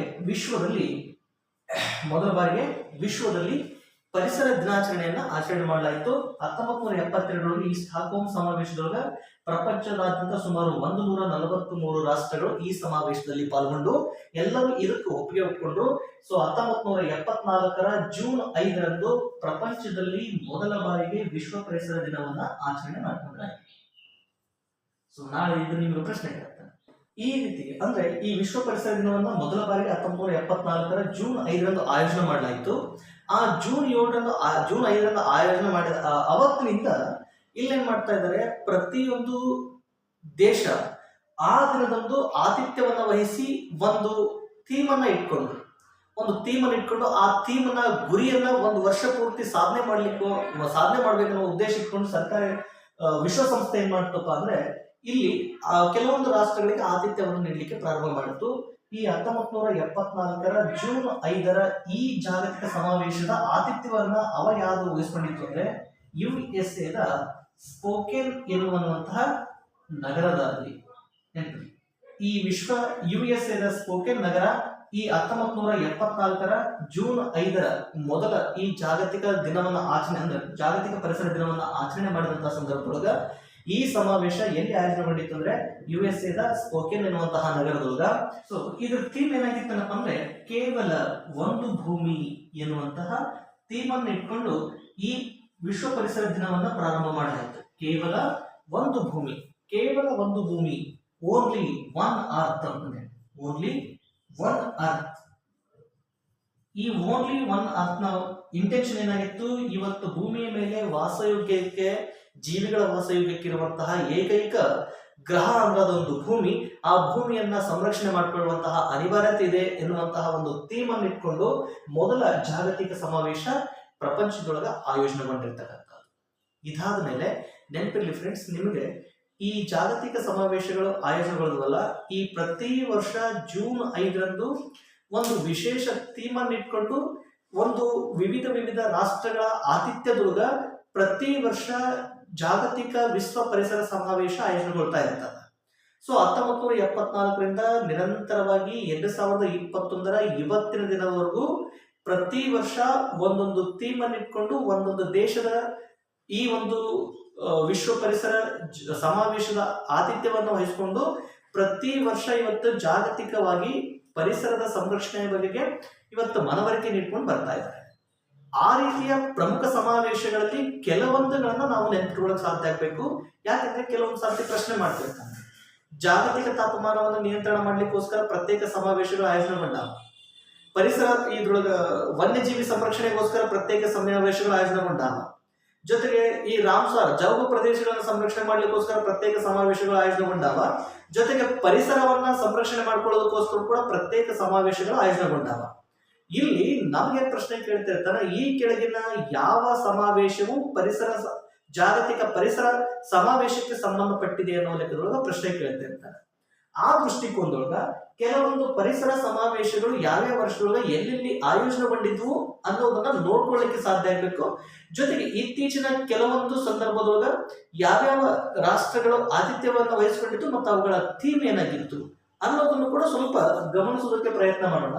ಸೊ ಇಲ್ಲಿ ಫಸ್ಟ್ ವಿಶ್ವ ಪರಿಸರ ಜಾಗತಿಕ ಸಮಾವೇಶ ಅಂತ ಬಂದಾಗ 1972 ಸ್ಟಾಕ್ ಹೋಮ್ ಒಳಗ ಇಲ್ಲಿ ಮತ್ತೆ ಅಜೆಂಡಾ 21 ಅಂತ ಬರ್ತದ. ಅಜೆಂಡಾ 21 ಅನ್ನ ಈಡೇರಿಸೋದಕ್ಕೋಸ್ಕರ ಮತ್ತೆ ಎಲ್ಲೆಲ್ಲಿ ಸಮಾವೇಶಗಳು ಆಯೋಜನೆಗೊಂಡು ಅನ್ನೋದನ್ನ ನಾನು ಮುಂದಿನ ಇಕಾಲಜಿಗೆ ಸಂಬಂಧಪಟ್ಟ ಹಾಗೆ ವಿಡಿಯೋ ಮಾಡೋ ಸಂದರ್ಭದೊಳಗ ಎಲ್ಲವುಗಳನ್ನ ಡಿಟೇಲ್ ಆಗಿ ಚರ್ಚೆ ಮಾಡ್ಕೊಂಡು ಬರ್ತೇನೆ. ಈಗ ಇಲ್ಲಿ ನಾವು ಗಮನಿಸಬೇಕು, 1972 ಮೊದಲ ಜಾಗತಿಕ ಪರಿಸರ ಸಮಾವೇಶ ಆಯೋಜನೆಗೊಂಡು, ಅದಾದ್ಮೇಲೆ 1974ರಲ್ಲಿ ಸ್ಪೋಕೆನ್ ನೊಳಗ ಅಂದ್ರೆ USA ಸ್ಪೋಕೆನ್ ನೊಳಗ ಇಲ್ಲಿ ಪರಿಸರ ಸಮಾವೇಶ ಆಯೋಜನೆಗೊಂಡಿತ್ತು. ಇಲ್ಲಿಂದ ಏನಾಯ್ತು, ಜೂನ್ 5 ವಿಶ್ವ ಪರಿಸರ ದಿನ ಅಂತ ಆಚರಣೆ ಮಾಡ್ಕೊಂಡು ಬರ್ತಾ ಇದೀವಿ. ಇದಾದ್ಮೇಲೆ ಮತ್ತೆ ಜಾಗತಿಕ ಪರಿಸರ ಸಮಾವೇಶ ಅಂತ ಬಂದಾಗ ತುಂಬಾ ಇಂಪಾರ್ಟೆಂಟ್ ನೆನಪಿಟ್ಕೋಬೇಕು 1982. ಯಾಕೆಂದ್ರೆ 1982 ಜಾಗತಿಕ ಪರಿಸರ ಸಮಾವೇಶ ಇಲ್ಲಿ ತುಂಬಾ ಮುಖ್ಯ ಅನ್ಸೋದು ಏನಂತಂದ್ರೆ, ಈ ಸ್ಟಾಕ್ ಹೋಮ್ ಸಮಾವೇಶ ನಡೆದು ಇಲ್ಲಿಗೆ ಒಂದು ದಶಕ ಕಳೆದಿತ್ತು, ಅಂದ್ರೆ 10 ವರ್ಷ ಮುಗಿದಿತ್ತು.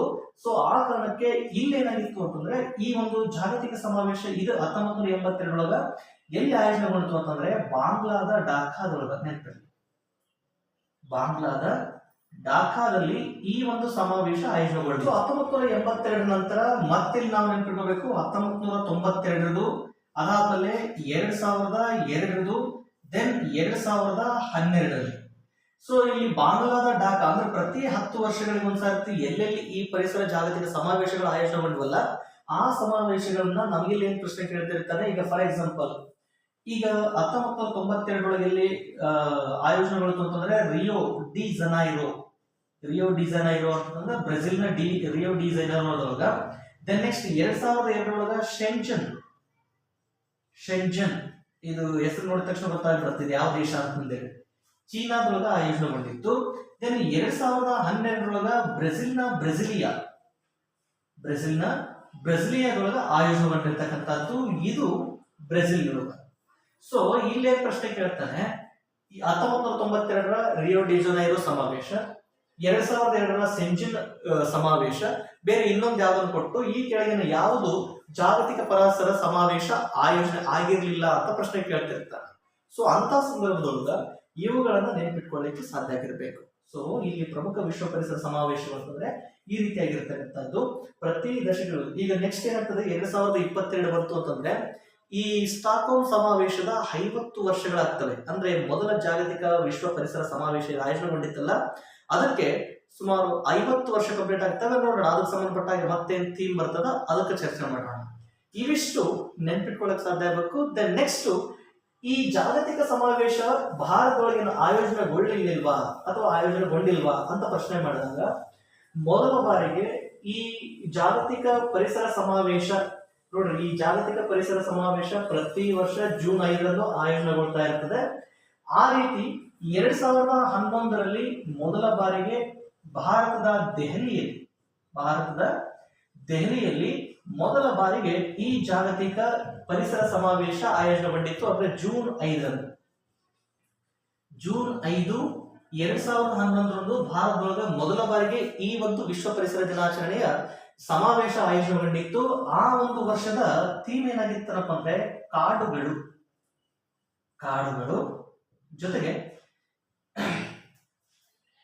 ಪ್ರಕೃತಿ ನಿಮ್ಮ ಸೇವೆಯಲ್ಲಿ ಅಂತ ಇತ್ತು. ಪ್ರಕೃತಿ ನಿಮ್ಮ ಸೇವೆಯಲ್ಲಿ ಅಂತೇಳಿ, ನಿಮ್ಮ ಸೇವೆಯಲ್ಲಿ ಅಂದ್ರೆ forest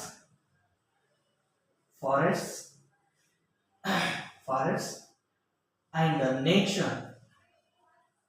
nature at your service ಅಂತೇಳಿ, ನೇಚರ್ ಎಟ್ ಯುವರ್ ಸರ್ವಿಸ್ ಅಂತೇಳಿ ಮೊದಲನೇದಾಗಿ ಆಯೋಜನೆಗೊಂಡ ಸಂದರ್ಭದೊಳಗ ಅಂದ್ರೆ ಭಾರತದೊಳಗ ಮೊದಲಿಗೆ ಏನು ಈ ಒಂದು ಆತಿಥ್ಯ ವಹಿಸಿಕೊಂಡಿತ್ತಲ್ಲ ಅಂದ್ರೆ ಜೂನ್ 5ರ ಜಾಗತಿಕ ಪರಿಸರ ಸಮಾವೇಶ ಇದು ಯಾವಾಗ 2011ರೊಳಗ ಮೊದಲ ಬಾರಿಗೆ ಭಾರತದೊಳಗೆ ಆಯೋಜನೆಗೊಂಡಿತ್ತು.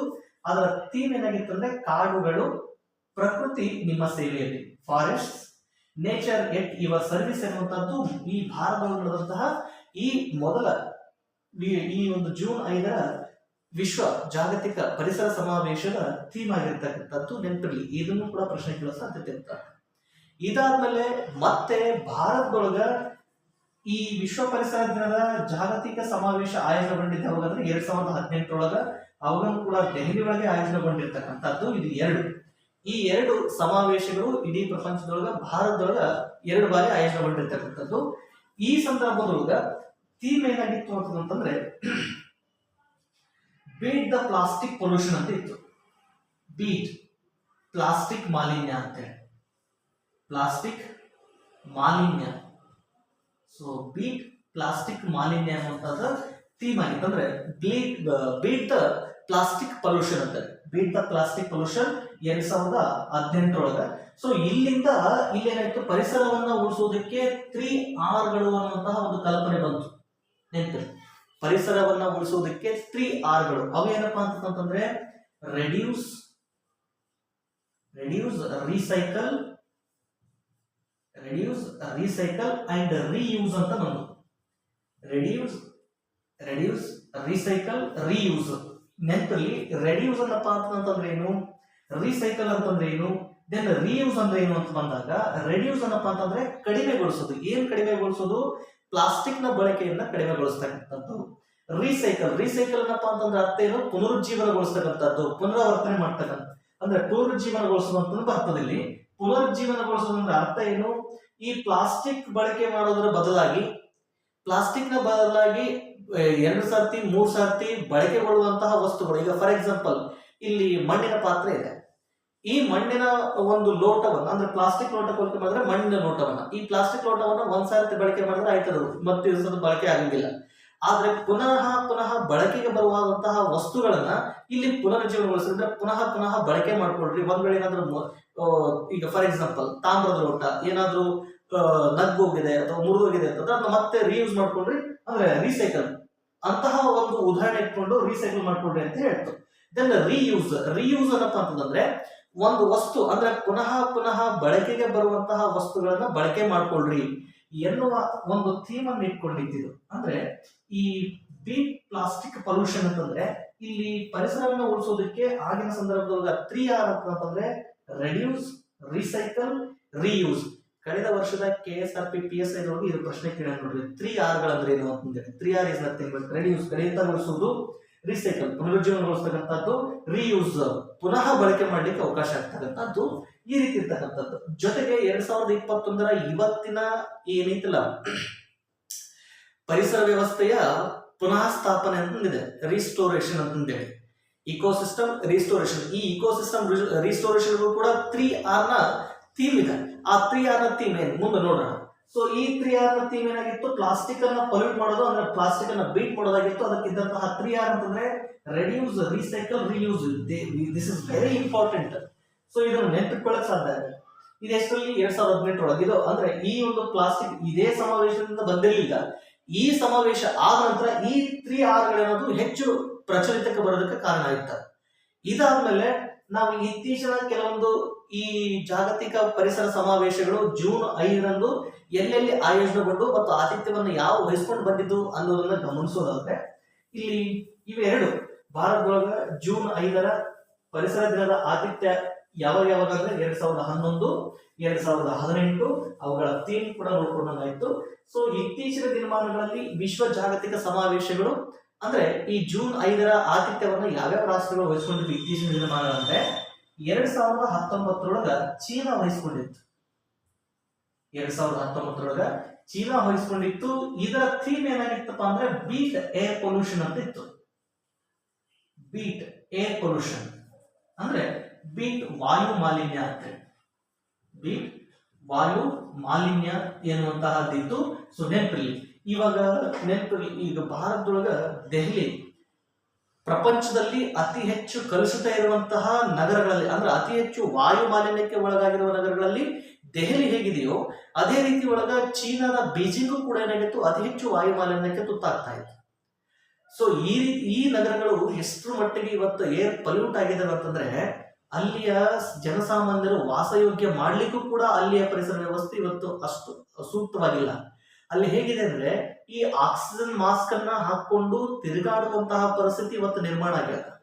ಸೊ ಆ ಉದ್ದೇಶಕ್ಕೋಸ್ಕರ ಇಲ್ಲೇನಾಗಿತ್ತು, ಬೀಟ್ ಏರ್ ಪೊಲ್ಯೂಷನ್ ಅಂದ್ರೆ ವಾಯು ಮಾಲಿನ್ಯವನ್ನ ನಿಯಂತ್ರಣ ಮಾಡಬೇಕೆನ್ನುವಂತಹ ಥೀಮ್ ಇಟ್ಕೊಂಡು 2019 ಚೀನಾದೊಳಗ ಈ ಸಮಾವೇಶ ಆಯೋಜನೆ ಮಾಡಿತ್ತು. ಅದಾದ್ಮೇಲೆ ಕಳೆದ ವರ್ಷ 2020 ಎಲ್ಲಿ ಆಯೋಜನೆಗೊಂಡಿತ್ತನಪ್ಪ ಅಂತಂದ್ರೆ ಕೊಲಂಬಿಯಾದೊಳಗೆ ಆಯೋಜನೆಗೊಂಡಿತ್ತು. ಈ ಕೊಲಂಬಿಯಾದೊಳಗೆ ಆಯೋಜನೆಗೊಂಡ್ರೆ ಇದರ ಪ್ರಾಯೋಜಕತ್ವ ಯಾರು ತಗೊಂಡಿತ್ತು ಅಂತಂದ್ರೆ ಜರ್ಮನಿ ತಗೊಂಡಿತ್ತು. ನೆನಪಿರಲಿ, ಇದು ಪ್ರಶ್ನೆ ಕೇಳೋ ಸಾಧ್ಯತೆ ಇರ್ತದೆ ರೀಸೆಂಟ್ ಆಗಿ. ಎಲ್ಲಿ ಕೊಲಂಬಿಯಾದೊಳಗೆ ಆಯೋಜನೆಗೊಂಡಿತ್ತು, ಇದರ ನೇತೃತ್ವ ಯಾರು ತಗೊಂಡಿದ್ರು ಅಂತಂದ್ರೆ ಜರ್ಮನಿ ತಗೊಂಡಿದ್ರು. ಇಲ್ಲಿ 2020 ಥೀಮ್ ಏನಾಗಿತ್ತು, ಟೈಮ್ ಫಾರ್ ನೇಚರ್ ಅನ್ನುವಂತಹ ಥೀಮ್ ಇತ್ತು. ಟೈಮ್ ಫಾರ್ ನೇಚರ್ ಅಂತಂದ್ರೆ ಪ್ರಕೃತಿಯ ಸಮಯ ಅಂತಂದ್ರೆ ಪ್ರಕೃತಿಯ ಸಮಯ ಎನ್ನುವಂತಹ ಥೀಮ್ ಇತ್ತು. ಇದು ಹೋದ ವರ್ಷದೊಳಗ. ದೆನ್ ಈ ವರ್ಷ ನೋಡಿ 2021 ಈ ಒಂದು ಸಮಾವೇಶ ಎಲ್ಲಿ ಆಯೋಜನೆಗೊಳ್ಳದಾಗಿತ್ತು ಅನ್ನಪ್ಪ ಅಂದ್ರೆ ಇದರ ನೇತೃತ್ವ ಪಾಕಿಸ್ತಾನ ವಹಿಸಿಕೊಂಡಿರ್ತಕ್ಕಂಥದ್ದು. ಇದು ಪ್ರಶ್ನೆ ಕೇಳೋ ಸಾಧ್ಯತೆ ಇರ್ತದೆ. ಸೊ ಇಲ್ಲಿ ಪಾಕಿಸ್ತಾನ ಬಂದಾಗ ಬಹುತೇಕ ಉತ್ತರ ತಪ್ಪಂತಾನೆ ಗುರುತಿಸ್ಕೊಂಡು ಬೇರೆ ಒಂದು ಉತ್ತರ ಹಾಕೋ ಸಾಧ್ಯತೆ ಇರ್ತದ. 2021 ಪರಿಸರ ದಿನದ ಆಚರಣೆಯ ಆತಿಥ್ಯ ಅಥವಾ ಪರಿಸರ ಸಮಾವೇಶದ ಆತಿಥ್ಯ ವಹಿಸಿಕೊಂಡಂತಹ ರಾಷ್ಟ್ರ ಅಂದ್ರೆ ದಟ್ ಈಸ್ ಪಾಕಿಸ್ತಾನ. ಈ ವರ್ಷದ ಥೀಮ್ ಏನು ಅಂತಂದ್ರೆ ನೆನಪಿರ್ಲಿ, ಇದು ಪ್ರಶ್ನೆ ಕೇಳೋ ಸಾಧ್ಯತೆ ಹೆಚ್ಚಿರ್ತದ. ಪರಿಸರ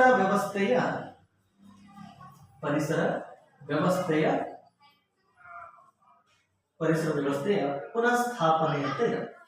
ಪುನರ್ಸ್ಥಾಪನೆ ಅಂತಂದೇಳಿ ಇರ್ತಕ್ಕಂಥದ್ದು ಪರಿಸರ ವ್ಯವಸ್ಥೆಯ ಪುನರ್ಸ್ಥಾಪನೆ, ಹೌದಲ್ವಾ? ಪರಿಸರ ವ್ಯವಸ್ಥೆಯ ಪುನಃಸ್ಥಾಪನೆ ಅಥವಾ ಪುನರ್ಸ್ಥಾಪನೆ ಅಂತಂದೇಳಿ. ಸೊ ಇಲ್ಲಿ ನಾವು ಗಮನಿಸಬೇಕು, ಈ ಪರಿಸರ ವ್ಯವಸ್ಥೆ ಪುನಃಸ್ಥಾಪನೆ ಅಂತಂದ್ರೆ ಇಕೋಸಿಸ್ಟಮ್ ರಿಸ್ಟೋರೇಷನ್ ಅಂತ. ಇಕೋಸಿಸ್ಟಮ್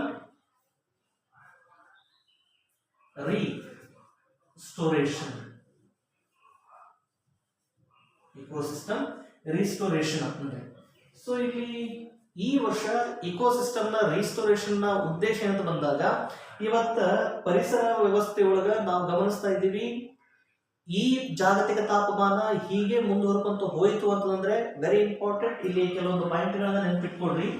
ಈ ಜಾಗತಿಕ ತಾಪಮಾನ ಹೀಗೆ ಮುಂದುವರೆದುಕೊಂಡು ಹೋಯ್ತು ಅಂದ್ರೆ ಪರಿಣಾಮ 2050 ಅನ್ನೋಷ್ಟೊತ್ತಿಗೆಲ್ಲ 2050 ಅನ್ನೋಷ್ಟೊತ್ತಿಗೆಲ್ಲ ಭೂಮಿಯ ಮೇಲೆ 90% ಹವಳದ ದ್ವೀಪಗಳು ನಾಶವಾಗುತ್ತೆ ಅಂತ ಹೇಳ್ತಾರೆ. ಸೊ ಈ ಹವಳದ ದ್ವೀಪಗಳು ಇರಬೇಕು, ಯಾಕಂದ್ರೆ ಜಾಗತಿಕ ಸಮತೋಲನ ಆಗಬೇಕಾಗಿತ್ತು. ಪರಿಸರ ಸಮತೋಲನ ಅಂತಂದ್ರೆ ಅಲ್ಲಿ ಹವಳದ ದಿಣ್ಣೆಗಳು ಇರಬೇಕು. ಇವು 90% ಹಾಳಾಗ್ತವೆ ಅನ್ನುವಂಥದ್ದು ಇಲ್ಲಿ ಮುಖ್ಯವಾಗಿ ಗಮನಿಸಬೇಕು. ಜೊತೆಗೆ ಭೂಮಿಯ ಮೇಲೆ ಈಗ ಆಲ್ರೆಡಿ ಏನಾಗಿದೆಪ್ಪ ಅಂತಂದ್ರೆ 50% ಅರಣ್ಯ ನಾಶ ಆಗ್ಯದ. ಇದು ಹೀಗೆ ಮುಂದುವರಿತು ಅಂತಂದ್ರೆ ಇದರ ಪ್ರಮಾಣ ಮತ್ತಷ್ಟು ಕಡಿಮೆ ಆಗೋ ಸಾಧ್ಯತೆ ಇರ್ತದೆ ಅನ್ನುವಂಥದ್ದು. ದೆನ್ ನೆಕ್ಸ್ಟ್ ಇವತ್ತು ಜಗತ್ತಿನೊಳಗೆ ಏನಾಗಿದೆಪ್ಪ ಅಂತಂದ್ರೆ ಸುಮಾರು 1.5 ಡಿಗ್ರಿ ಸೆಲ್ಸಿಯಸ್ ನಷ್ಟು ಉಷ್ಣಾಂಶ ಹೆಚ್ಚಾಗಿರ್ತಕ್ಕಂಥದ್ದು. 1.5 ಡಿಗ್ರಿ ಸೆಲ್ಸಿಯಸ್ ಅಷ್ಟು ಏನ್ ಸರ್, 1.5 ಡಿಗ್ರಿ ಸೆಲ್ಸಿಯಸ್ ಏನಂತ ದೊಡ್ಡ ಮಹಾ ಅಲ್ಲ ಅಂತ ಅನ್ನಿಸ್ಬೋದು. ಆದ್ರೆ ಇವತ್ತು ಭೂಮಿ ಮೇಲೆ 35 ಡಿಗ್ರಿ ಸರಾಸರಿ ಸೆಲ್ಸಿಯಸ್ ನಷ್ಟು ಉಷ್ಣಾಂಶ ಇದ್ರೆ ಮಾತ್ರ ಭೂಮಿ ಈ ಯಾವುದೇ ರೀತಿಯಾದಂತಹ ತೊಂದರೆಗಳಿಗೆ ಒಳಗಾಗದೆ ಇರ್ತದ. ಆದ್ರೆ ಇದೇನಾದ್ರೂ ಸ್ವಲ್ಪ ಹೆಚ್ಚು ಕಡಿಮೆ ಆಗಕ್ಕೆ ಶುರುವಾಯಿತು ಅಂತಂದ್ರೆ ಇವತ್ತು ನಾವು ಗಮನಿಸಬಹುದು, ಈ ಧ್ರುವ ಪ್ರದೇಶಗಳಲ್ಲಿರುವಂತಹ ಅತಿ ದೊಡ್ಡ ಹಿಮ ಬಂಡೆಗಳೇನಾಗ್ತಾ ಇದಾವೆ ಅಂತಂದ್ರೆ ಬಿರುಕು ಬಿಡ್ತಾ ಇದಾವೆ. ಅತಿ ದೊಡ್ಡ ಹಿಮ ಬಂಡೆಗಳು ಅಂತಂದ್ರೆ ನಿಮ್ಮಲ್ಲಿ ಇರುವಂತಹ ದೊಡ್ಡ ದೊಡ್ಡ ಕಲ್ಲಿನಾಕಾರದಲ್ಲ. ಇವತ್ತು ಒಂದು ಕರ್ನಾಟಕ ಒಂದು ಕರ್ನಾಟಕದ ರಾಜ್ಯ ವ್ಯಾಪ್ತಿ ಎಷ್ಟು ವಿಸ್ತೀರ್ಣ ಇರ್ತದೋ ಅಂತಂತಹ ದೊಡ್ಡ ದೊಡ್ಡ ವಿಸ್ತೀರ್ಣದ ವ್ಯಾಪ್ತಿ ಇರುವಂತಹ ಒಂದೊಂದು ಹಿಮ ಬಂಡೆ ಏನಾಗ್ತವಪ್ಪ ಅಂತಂದ್ರೆ ಬಿರುಕು ಬಿಟ್ಕೊಂಡು ಈ ತಾಪಮಾನದ ಪರಿಣಾಮ ಕರಗೋದಕ್ಕೆ ಶುರುವಾಯಿತು ಅಂತಂದ್ರೆ ಇವತ್ತಿನ ಭೂಮಿಯ ಮೇಲಿರುವಂತಹ ಸಾಗರದೊಳಗಿನ ನೀರಿನ ಪ್ರಮಾಣ ಹೆಚ್ಚಾಗಕ್ಕೆ ಪ್ರಾರಂಭ ಆಗ್ತದ. ಆ ರೀತಿ ಹಿಮಗಳೇನಾದ್ರೂ ಕರಗೋದಕ್ಕೆ ಪ್ರಾರಂಭ ಆಯ್ತು ಅಂತಂದ್ರೆ ಭೂಮಿಯ ಮೇಲೆ ಬರೀ ನೀರೇ ಇರ್ತದ, ಬದುಕೋದಕ್ಕೆ ಭೂಮಿ ಇರೋಂಗಿಲ್ಲ. ಭೂಮಿ ಇಲ್ಲ ಅಂತಂದ್ರೆ ಜೀವಿಗಳು ಇರೋಂಗಿಲ್ಲ. ಸೊ ಇವುಗಳನ್ನ ನಿಯಂತ್ರಣ ಮಾಡ್ಬೇಕಾಗಿತ್ತು ಅಂತಂದ್ರೆ ಇವತ್ತು ಜಾಗತಿಕ ತಾಪಮಾನಕ್ಕೆ ಕಾರಣ ಆಗುವಂತಹ ಅನಿಲಗಳ ನಿಯಂತ್ರಣ ಆಗಬೇಕಾಗಿತ್ತು ಅಂತಂದ್ರೆ ಅರಣ್ಯ ನಾಶ ನಿಯಂತ್ರಣಕ್ಕೆ ಬರಬೇಕು. ನಾನು ಯಾಕೆ ಫಸ್ಟ್ ಒಂದು 15 ನಿಮಿಷ ಆ ಕಾನ್ಸೆಪ್ಟ್ ಹೇಳಿದೆ ಅಂತಂದ್ರೆ, ಇವತ್ತಿನ ಈ ಥೀಮ್ ಏನಿತ್ತಲ್ಲ, ಇದರ ಸಾಧನೆಗೆ ಆ ಥೀಮ್ ತುಂಬಾ ಅಗತ್ಯ ಇರ್ತಕ್ಕಂಥದ್ದು. ಅಂದ್ರೆ ಈ ಥೀಮ್ನ ಅರ್ಥೈಸ್ಕೊಳ್ಳೋದಕ್ಕೆ ನಾನು ಅಷ್ಟೊಂದು ಸುದೀರ್ಘವಾಗಿ ನಾನು ನಿಮ್ಗೆ ಚರ್ಚೆ ಮಾಡಿರ್ತಕ್ಕಂಥದ್ದು. ಸೊ ನೆನಪಲ್ಲಿ ಇವತ್ತು ಪುನಃ ಸ್ಥಾಪನೆ ಆಗ್ಬೇಕಾಗಿರೋದೇನು? ಪರಿಸರ ವ್ಯವಸ್ಥೆ. ಪರಿಸರದೊಳಗ ಪುನಃ ಸ್ಥಾಪನೆ ಆಗ್ಬೇಕಾಗಿರೋದೇನು? ಸೊ ಇಲ್ಲಿ ಅರಣ್ಯ ಏನು ನಾಶ ಆಗತ್ತಲ್ಲ, ಅವೆಲ್ಲವೂ ಮತ್ತೆ ಸ್ಥಾಪನೆಗೊಳ್ಬೇಕು. ಈ ಕಾರಣಕ್ಕೆ ಇವತ್ತು ವಿಶ್ವಸಂಸ್ಥೆ ಏನ್ ಮಾಡ್ತದಪ್ಪ ಅಂದ್ರೆ, ನೋಡ್ರಿ, ವಿಶ್ವಸಂಸ್ಥೆಯ ಎನ್ವಿರಾನ್ಮೆಂಟ್ ಪ್ರೋಗ್ರಾಮ್ ನ ಅಡಿ ಒಳಗ, ಅಂದ್ರೆ ವಿಶ್ವಸಂಸ್ಥೆಯ ಎನ್ವಿರಾನ್ಮೆಂಟ್ ಪ್ರೋಗ್ರಾಮ್, ನೆನಪಿರಲಿ, ಎನ್ವಿರಾನ್ಮೆಂಟ್ ಪ್ರೋಗ್ರಾಮ್ ಅಂತ ಕರೀತಾರೆ. Environment programme. ಈ ಎನ್ವಿರಾನ್ಮೆಂಟ್ ಪ್ರೋಗ್ರಾಮ್ ನ ಅಡಿಯಲ್ಲಿ ಪ್ರತಿ ವರ್ಷ ಜೂನ್ 5ರಂದು ವಿಶ್ವ ಪರಿಸರ ದಿನವನ್ನ ಆಯೋಜನೆ ಮಾಡಲಾಗ್ತಿರ್ತದ. ಈ ಪ್ರತಿ ವರ್ಷ ಜೂನ್ 5ರಂದು ಒಂದು ರಾಷ್ಟ್ರದೊಳಗ ಕೇಂದ್ರೀಕೃತಗೊಂಡ್ಕೊಂಡು ಅಲ್ಲಿಂದ ಒಂದು ಥೀಮ್ ಇಟ್ಕೊಂಡು ಆ ಥೀಮ್ ನ ಒಂದು ವರ್ಷದೊಳಗ ಸಾಧನೆ ಮಾಡ್ಬೇಕನ್ನುವಂತ ಕಾರಣಕ್ಕೋಸ್ಕರ ಈ ಒಂದು ಎನ್ವಿರಾನ್ಮೆಂಟ್ ಪ್ರೋಗ್ರಾಮ್ ಅನ್ನ ಆಯೋಜನೆ ಮಾಡ್ತಾ ಇರುವಂತದ್ದು. ಆಮೇಲೆ ನೆನಪಿರಲಿ, 2018 ಏನು ಭಾರತದೊಳಗ ಆಯೋಜನೆ ಮಾಡಿತ್ತಲ್ಲ, ಬೀಟ್ ಪ್ಲಾಸ್ಟಿಕ್ ಪೊಲ್ಯೂಷನ್ ಅಂತೇಳಿ, ಅವತ್ತ ಭಾರತ ಏನು ಶಪಥ ಮಾಡಿತ್ತು ಅಂತಂದ್ರೆ, 2022ರ ಒಳಗಾಗಿ ಭಾರತದೊಳಗ ಪ್ಲಾಸ್ಟಿಕ್ ಅನ್ನು ಮುಕ್ತಗೊಳಿಸ್ತೀವಿ ಅಂತಂದೇಳಿ ಶಪಥ ಮಾಡಿತ್ತು. ಆ ಟೈಮ್ ಒಳಗೆ ನೆನಪಿರಲಿ, ಬೀಟ್ ಪ್ಲಾಸ್ಟಿಕ್ ಪೊಲ್ಯೂಷನ್ ಅಂತ ಬಂದಾಗ ಭಾರತ ಏನ್ ಶಪಥ ಮಾಡಿತ್ತು, 2022 ಪ್ಲಾಸ್ಟಿಕ್ ಅನ್ನ ನಿಷೇಧ ಮಾಡ್ತೀವಿ ಅಂತ ಶಪಥ ಮಾಡ್ಯದ. ಅದು ಆಗತ್ತೋ ಇಲ್ಲೋ ಮುಂದೆ ನೋಡೋಣ. ಸೊ ಅದೇ ರೀತಿ ಒಳಗ ಇಲ್ಲೇನಾಗ್ತದೆ, ಈ ಥೀಮ್ ಅನ್ನ ಇಟ್ಕೋಬೇಕು, ಈ ರೀತಿ ಆಯೋಜನೆ ಮಾಡಬೇಕು ಅಂತ ಹೇಳಿ ವಿಶ್ವಸಂಸ್ಥೆಯ ಎನ್ವಿರಾನ್ಮೆಂಟ್ ಪ್ರೋಗ್ರಾಮ್ ಏನಿರ್ತಿಲ್ಲ, ಸೊ ಇವೆಂಟ್ ಪ್ರೋಗ್ರಾಮ್, ಈ ಇವೆಂಟ್ ಪ್ರೋಗ್ರಾಮ್ ಅಡಿ ಒಳಗ ಈ ಒಂದು ಸಮಾವೇಶಗಳು ಆಯೋಜನೆಗೊಳ್ತಿರ್ತವೆ ಪ್ರತಿ ವರ್ಷ.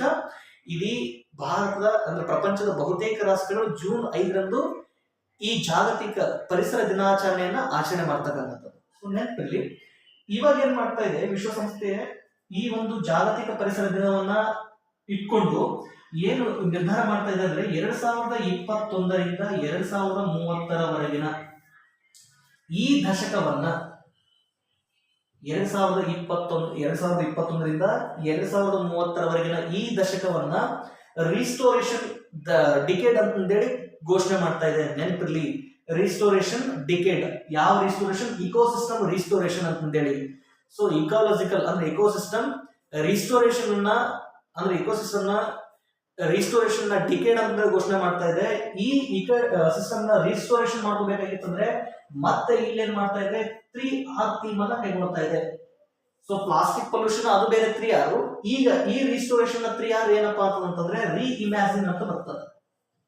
ರೀಇಮ್ಯಾಜಿನ್, ರೀಕ್ರಿಯೇಟ್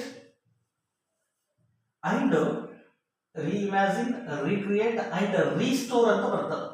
ರೀಸ್ಟೋರ್ ನೆನಪಿರ್ಲಿಪ್ಪ, ಈ ಇಕೋಸಿಸ್ಟಮ್ ರೀಸ್ಟೋರೇಷನ್ ನ 3R ನ ಥೀಮ್ ಏನು ಅಂತ ಬಂದಾಗ ರೀಇಮ್ಯಾಜಿನ್, ರೀಕ್ರಿಯೇಟ್, ರೀಸ್ಟೋರ್ ಅಂತೇಳಿ. ಅಂದ್ರೆ ಪುನಃ ಕಲ್ಪಿಸ್ಕೊಳ್ತಕ್ಕಂಥದ್ದು, ಪುನಃ ಸೃಷ್ಟಿ ಮಾಡ್ತಕ್ಕಂಥದ್ದು, ಪುನಃ ಮತ್ತೆ ಸಂಗ್ರಹ ಮಾಡ್ತಕ್ಕಂಥದ್ದು. ಏನ್ ಸಂಗ್ರಹ ಮಾಡ್ಕೊಳ್ತಕ್ಕಂಥದ್ದು?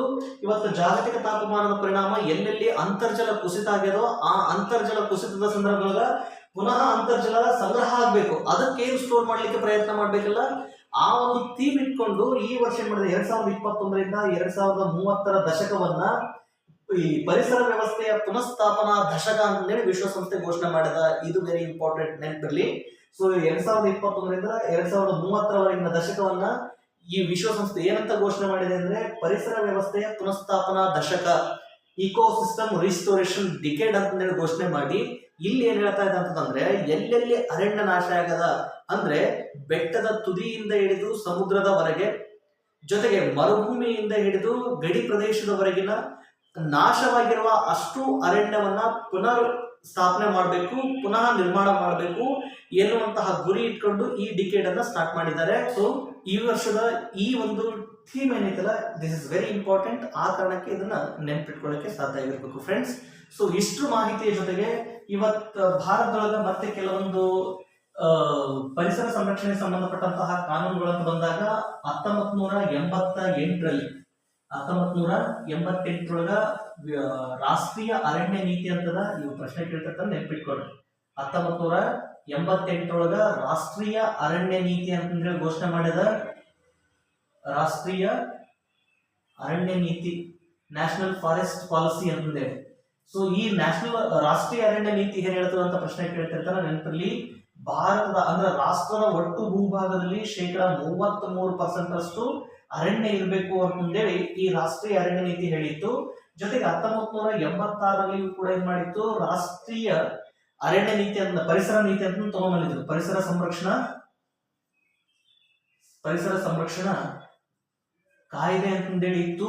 ಈ ಕಾಯ್ದೆಯಡಿ ಇವತ್ತ ಸಮುದ್ರದ ಭಾಗದೊಳಗ ಉಬ್ಬರ ಬಿಳಿತದ ಪ್ರಖರತೆಯನ್ನ ಮೀರಿಸುವಷ್ಟರ ಮಟ್ಟಿಗೆ ಅರಣ್ಯವನ್ನ ನಾಶ ಮಾಡಬಾರ್ದು ಅಂತ ಕೂಡ ಇದು ಹೇಳ್ತಾ ಇತ್ತು. ಇದು ಭಾರತದೊಳಗ ಪರಿಸರದ ಸಂರಕ್ಷಣೆಗೋಸ್ಕರ ಕೈಗೊಂಡಿರುವಂತಹ ಪ್ರಮುಖ ನೀತಿಗಳು.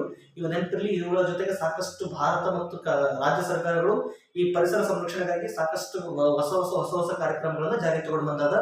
ಆದ್ಮೇಲೆ ಇಲ್ಲಿಯವರೆಗೂ ನಾನು ಕೊಟ್ಟಿರುವಂತಹ ಅಷ್ಟು ಮಾಹಿತಿ ಮುಂಬರುವ ದಿನಮಾನಗಳಲ್ಲಿ ಏನೇ ಪ್ರಶ್ನೆ ಕೇಳಿದ್ರು ಕೂಡ ಅವುಗಳ ವ್ಯಾಪ್ತಿ ಕವರ್ ಆಗೋದಕ್ಕೆ ಅಥವಾ ಕವರ್ ಮಾಡ್ಲಿಕ್ಕೆ ಪ್ರಯತ್ನ ಮಾಡಿದ್ದಾರೆ. ಇದಕ್ಕೆ ಸಂಬಂಧಪಟ್ಟ ಹಾಗೆ ಏನಾದರೂ ಪ್ರಶ್ನೆಗಳನ್ನು ಕೇಳೋದಾದ್ರೆ ಏನಪ್ಪಾ ಅಂದ್ರೆ, ಈಗ ನಾನೇ ಇದಕ್ಕೆ ಸಂಬಂಧಪಟ್ಟ ಹಾಗೆ ಕೆಲವೊಂದಿಷ್ಟು ಕ್ವಶನ್ಸ್ ಗಳನ್ನ ಫ್ರೇಮ್ ಮಾಡಿಕೊಂಡು ಈ ವಿಡಿಯೋ ಮುಗಿದ ತಕ್ಷಣ ನಾನು ಈ ನನ್ನ ವಿಡಿಯೋದ ಡಿಸ್ಕ್ರಿಪ್ಷನ್ ಬಾಕ್ಸ್ ಒಳಗ ನನ್ನ ಟೆಲಿಗ್ರಾಮ್ ಚಾನೆಲ್ ಲಿಂಕ್ ಹಾಕಿರ್ತೀನಿ. ಆ ಟೆಲಿಗ್ರಾಮ್ ಚಾನೆಲ್ ನ ಲಿಂಕ್ಗೆ ಜಾಯಿನ್ ಆಗಿ ಅಲ್ಲಿ ಇರುವಂತಹ ಪ್ರಶ್ನೆಗಳಿಗೆ ಎಲ್ಲರೂ ಉತ್ತರ ಕೊಡ್ಲಿಕ್ಕೆ ಸಾಧ್ಯ ಆಗಿರಬೇಕು. ಆದ್ಮೇಲೆ ಇದುವರೆಗೂ ಏನ್ ನಾನು ಈ ವಿಶ್ವ ಪರಿಸರ ದಿನದ ವಿಶೇಷತೆಯ ಸಂದರ್ಭದೊಳಗೆ ಕೊಟ್ಟಿರುವಂತಹ ಮಾಹಿತಿ ತಮಗೆಲ್ಲರಿಗೂ ಇಷ್ಟ ಆಗಿದೆ ಅಂತಂದೇಳಿ ನಾನು ಭಾವಿಸ್ತಾ ಇದ್ದೀನಿ. ಯಥಾ ಪ್ರಕಾರ ನಾಳೆಯ ಕ್ಲಾಸ್ಗಳಲ್ಲಿ ಮತ್ತೆ ಈ ಜಾಗ್ರಫಿಗೆ ಸಂಬಂಧಪಟ್ಟಂತ ವಿಷಯಗಳನ್ನ ನಾನು ಚರ್ಚೆ ಮಾಡ್ಕೊಂತ ಹೋಗ್ತೀನಿ. ಆದ್ಮೇಲೆ ಇದುವರೆಗೂ ನನ್ನ ಈ ತರಗತಿಯನ್ನ ತುಂಬಾ ಉತ್ತಮವಾಗಿ ಅವಲೋಕಿಸಿ ಉತ್ತಮವಾದಂತಹ ಕಮೆಂಟ್ಗಳನ್ನು ನೀಡ್ತಾ ಇದ್ರಿ. ತಮಗೆಲ್ಲರಿಗೂ ಹೃತ್ಪೂರ್ವಕವಾದಂತಹ ಧನ್ಯವಾದಗಳು. ನಾಳೆಯ ತರಗತಿಯಲ್ಲಿ ಮತ್ತೆ ಭೇಟಿಯಾಗೋಣ. ಅದಕ್ಕೂ ಮೊದಲು ಯಾರು ನನ್ನ ಚಾನಲ್ಗೆ ಇನ್ನೂ ಸಬ್ಸ್ಕ್ರೈಬ್ ಮಾಡ್ಕೊಂಡಿಲ್ವೋ ದಯವಿಟ್ಟು ಸಬ್ಸ್ಕ್ರೈಬ್ ಆಗ್ರಿ. ಜೊತೆಗೆ ಈ ಒಂದು ಚಾನಲ್ ಅನ್ನ ನಿಮ್ಮ ಫ್ರೆಂಡ್ಸ್ಗಳಿಗೆ ಹೆಚ್ಚೆಚ್ಚಾಗಿ ಶೇರ್ ಮಾಡುವ ಮೂಲಕ ಈ ಒಂದು ಚಾನಲ್ ಅನ್ನ ಬೆಳವಣಿಗೆಗೆ ಒಂದು ಸ್ವಲ್ಪ ಸಹಕರಿಸ್ರಿ ಅಂತ ಕೇಳ್ಕೊಳ್ತಾ ಮುಂದಿನ ತರಗತಿಯಲ್ಲಿ ಮತ್ತೆ ಭೇಟಿಯಾಗೋಣ. ಅಲ್ಲಿಯವರೆಗೂ ಟೇಕ್ ಕೇರ್, ಗುಡ್ ನೈಟ್.